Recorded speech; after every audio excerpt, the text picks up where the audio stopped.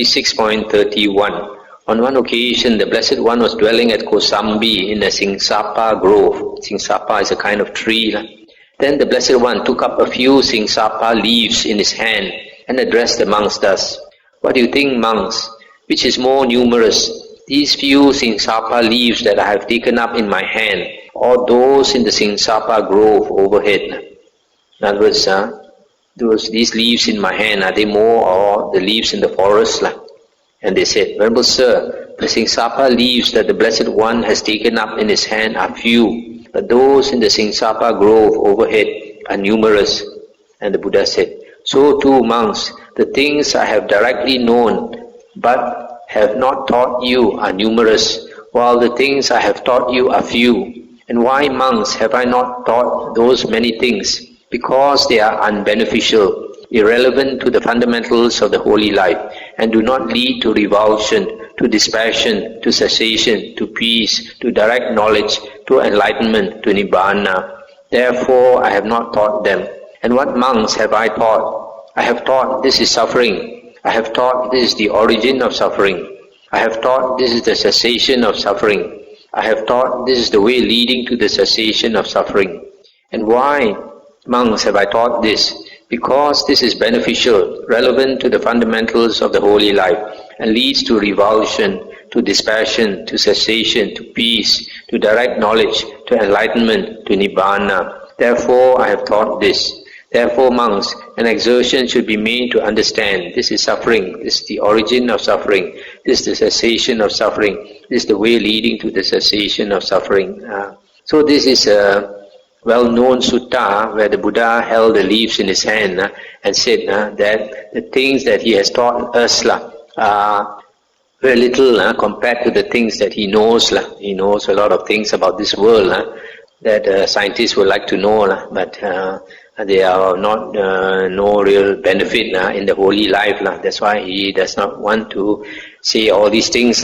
What he says, he teaches us is the way out of suffering.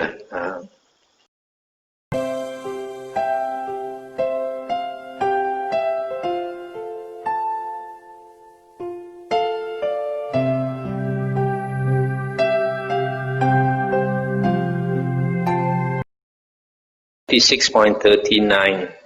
Monks, those ascetics or Brahmins who do not understand as it really is, this is suffering, this is the origin of suffering, this is the cessation of suffering, this is the way leading to the cessation of suffering. They look up at the face of another ascetic or Brahmin, thinking, this worthy is surely one who really knows, who really sees. Suppose, monks, a tuft of cotton wool or kapok, light wafted by the wind, has settled on an even piece of ground. An easterly wind would drive it westward. A westerly wind would drive it eastward. A northerly wind would drive it southward. A southerly wind would drive it northward.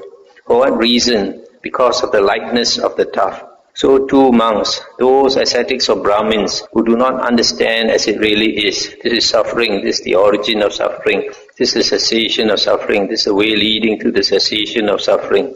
They look up at the face of another ascetic or Brahmin, thinking, this worthy is surely one who really knows, who really sees. For what reason? Because they have not seen the Four Noble Truths. But monks, those ascetics or Brahmins who understand as it really is, this is suffering, this is the origin of suffering, this is the cessation of suffering, this is the way leading to the cessation of suffering. They do not look up at the face of another ascetic or Brahmin, thinking, this worthy is surely one who really knows, who really sees.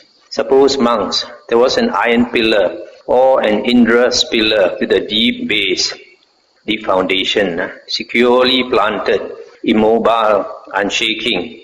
Even if a forceful blast of wind comes, whether from the east, the west, north, or the south, that pillar would not shake, quake, or tremble. For what reason? Because the pillar has a deep base and is securely planted.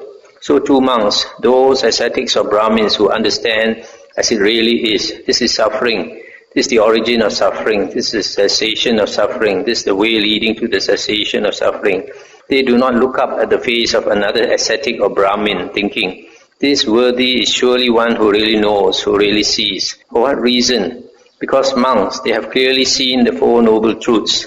But 4, the noble truth of suffering, the noble truth of the origin of suffering, the noble truth of the cessation of suffering, the noble truth of the way leading to the cessation of suffering. Therefore, monks, an exertion should be made to understand this is suffering, this is the origin of suffering, this is the cessation of suffering, this is the way leading to the cessation of suffering. That's the end of the sutta. So this sutta says that some people, when they don't understand the Dhamma, they're always looking for the right teacher. All this, they forget that there's one sutta in the Anguttara Nikaya.